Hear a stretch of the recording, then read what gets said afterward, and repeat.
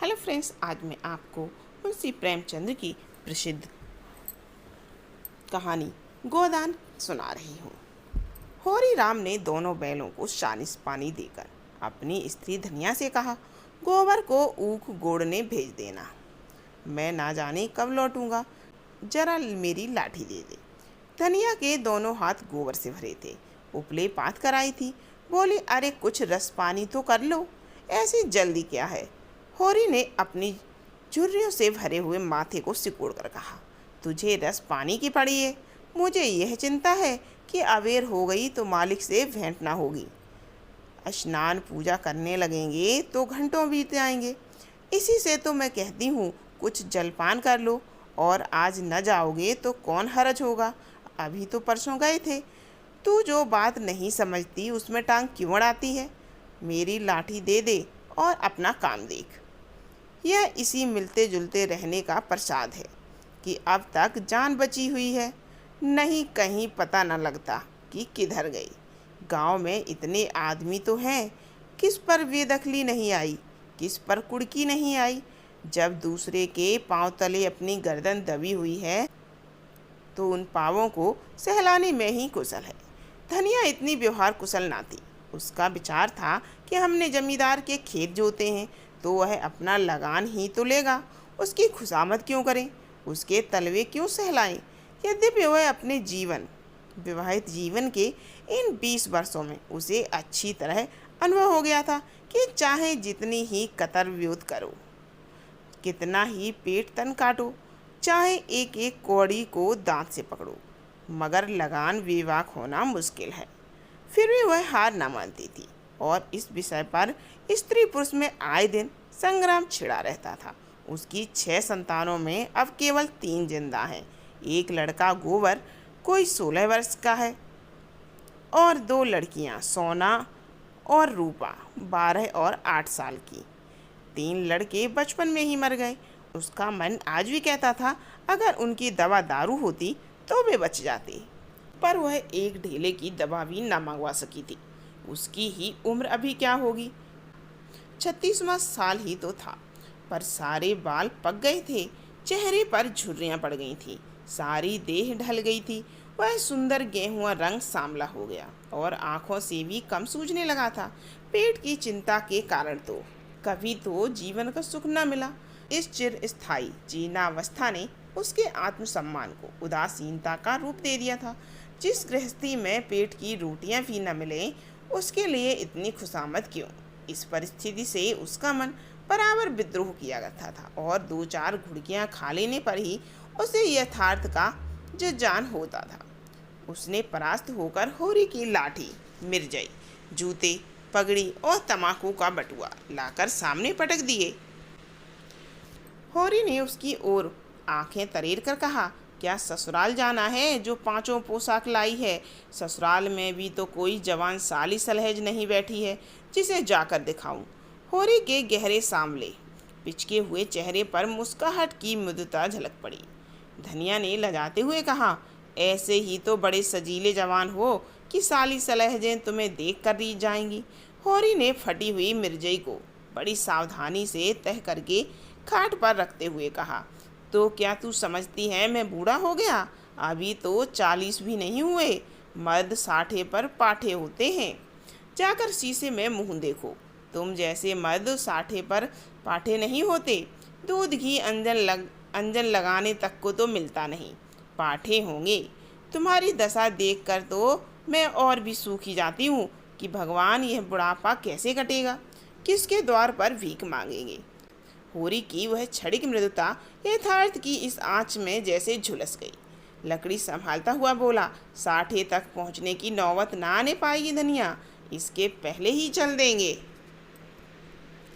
धनिया ने तिरस्कार किया, अच्छा रहने दो, मत अशुभ मुंह से निकालो। तुमसे कोई अच्छी बात भी कहे तो लगते हो कोसने। होरी लाठी कंधे पर रखकर घर से निकला तो धनिया द्वार पर खड़ी उसे देर तक देखती रही। उसके इस निराशा भरे शब्दों ने धनिया के चोट खाए हुए हृदय में आतंकमय संपूर्ण तप और व्रत से अपने पति को अभय दान दे रही थी। उसके अंतःकरण से जैसे आशीर्वादों का व्यूह निकल रहा था। व्यूह निकलकर होरी को अपने अंदर छिपा लेता था। विपन्नता के इस अथाह सागर के सुहाग ही वह तृण था जिसे पकड़े हुए वह सागर को पार कर रही थी। इस असंगत शब्दों ने यथार्थ के निकट होने पर भी मानो झटका देकर उसके हाथ से वह तिनके का सहारा छीन लेना चाहा। बल्कि यथार्थ के निकट होने के कारण ही उनमें इतनी वेदना सख्त आ गई थी कि काना कहने से काने को जो दुख होता है वह क्या दो आंख वाले आदमी को हो सकता है। होरी कदम बढ़ाए चला जाता था। पगडंडी के दोनों ओर ऊख के पौधों की लहलहाती हुई हरियाली देखकर उसने मन में कहा, भगवान कहीं गौ से बरखा कर दे और दाढ़ी भी सुभीते से रहे तो एक गाय जरूर लेगा। देसी गाय ना दूध दें ना उनके बछड़े ही किसी काम के हों। बहुत हुआ तो तेली के कूलू में चले, नहीं वह पछाई गाय लेगा, उसकी खूब सेवा करेगा। कुछ नहीं तो 4-5 सेर दूध होगा। गोबर दूध के लिए तरस तरस कर रह जाता है।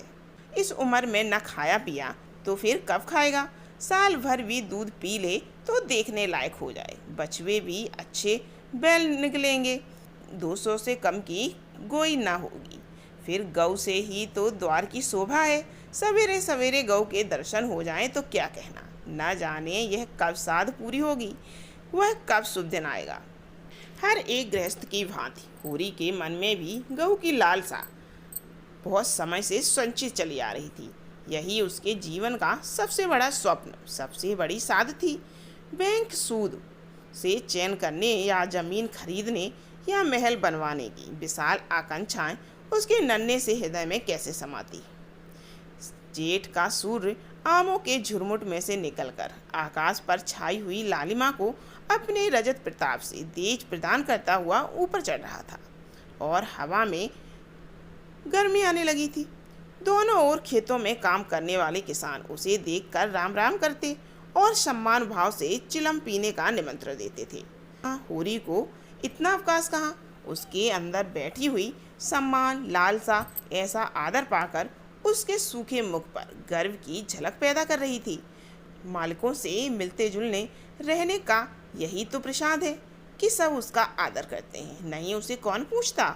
5 बीघे की जमीन की बिसात ही क्या, यह कम आदर नहीं है कि 3-3 4-4 हलवाले महतों भी उसके सामने सिर झुकाते हैं। अब वह खेतों के बीच की पगडंडी छोड़कर एक खलेटी में आ गया था जहां बरसात में पानी भर जाने के कारण तरी रहती थी और जेठ में कुछ हरियाली नजर आती थी।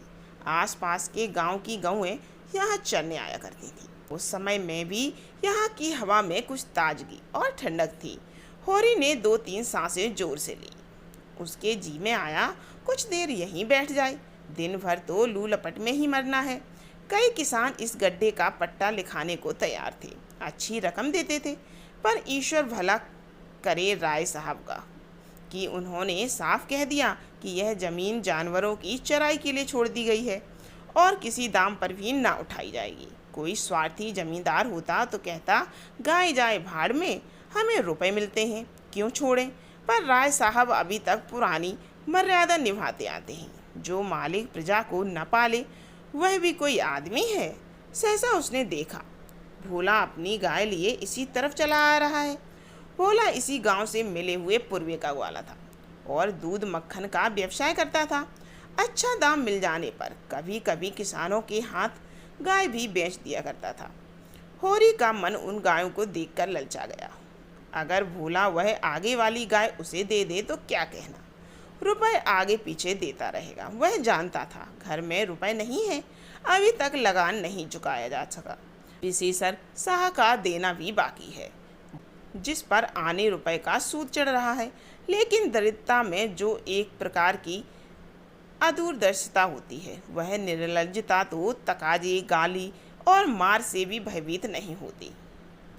उसने उसे प्रोत्साहित किया। परसों से जो साध मन को आंदोलित कर रही थी उसने उसे विचलित कर दिया। भोला के समीप जाकर बोला, राम राम भोला भाई, कहो क्या रंग ढंग है। सुना अब की मेले से नई गाय लाए हो। भोला ने रुखाई से जवाब दिया। होरी के मन की बात उसने ताड़ ली थी। हाँ 2 बछिए और 2 गाय लाया हूँ। पहले वाली गाय सब सूख गई थी, बंधी पर दूध ना पहुँचे तो गुजर कैसे हो। होरी ने आने वाली गाय के पट्टे पर हाथ रखकर कहा, दुधार तो मालूम होती है, कितने में ली? भोला ने सान जमाई। अब की बार बाजार बड़ा तेज रहा, मैं तो इसके 80 रुपए देने पड़े। आंखें निकल गईं। 30-30 रुपए तो दोनों कलारों की दिए। 30 पर ग्राहक रुपए का 8 सेर दूध मांगता है। बड़ा भारी कलेजा है तुम लोगों का भाई, लेकिन फिर लाए भी तो वह माल की 10-5 गांवों में तो किसी के पास नहीं निकलेगी। नहीं, भोला पर नशा चढ़ने लगा। बोला, राय साहब इसके 100 रुपए देते थे, दोनों कलोरों के 50-50 रुपए, लेकिन हमने ना दिए। भगवान ने चाहा तो 100 रुपए इसी बयान में पीट लूँगा। इसमें क्या संदेह है भाई, मालिक क्या खा के लेंगे, नजराने में मिल जाएं तो भले ले ले। यह तुम ही लोगों का गुदार है कि अंजलि भर रुपए तकदीर के भरोसे गिन देते हो। यही जी चाहता है कि इसके दर्शन करता रहूं। धन्य है तुम्हारा जीवन कि गौओं की इतनी सेवा करते हो। हमें तो गाय का गोबर भी मैसर नहीं। गृहस्थ के घर में एक गाय भी ना हो तो कितनी लज्जा की बात है। साल के साल बीत जाते हैं, गोरस के दर्शन नहीं होते। घरवाली बार बार कहती है, भोला भैया से क्यों नहीं कहते? मैं कह देता हूँ, कभी मिलेंगे तो कहूँगा। तुम्हारी स्वभाव से बड़ी प्रसन्न रहती है। कहती है, ऐसा मर्द ही नहीं देखा। जब बातें करेंगे नीची आंखें करके करेंगे, कभी सिर नहीं उठाते। भोला पर जो नशा चढ़ रहा था उसे इस भरपूर प्याले ने और गहरा कर दिया। बोला, भला आदमी वही है जो दूसरों की बहू बेटी को अपनी बहू बेटी समझे। जो दुष्ट किसी महरिया की ओर ताके उसे गोली मार देनी चाहिए। यह तुमने लाख रुपए की बात कह दी भाई। बस सज्जन वही जो दूसरों की आबरू को अपनी आबरू समझे। इस कहानी का अगला पार्ट सुनने के लिए चैनल को सब्सक्राइब करें, वीडियो को लाइक करें। फिर मिलते हैं इसी कहानी के और पार्टों में।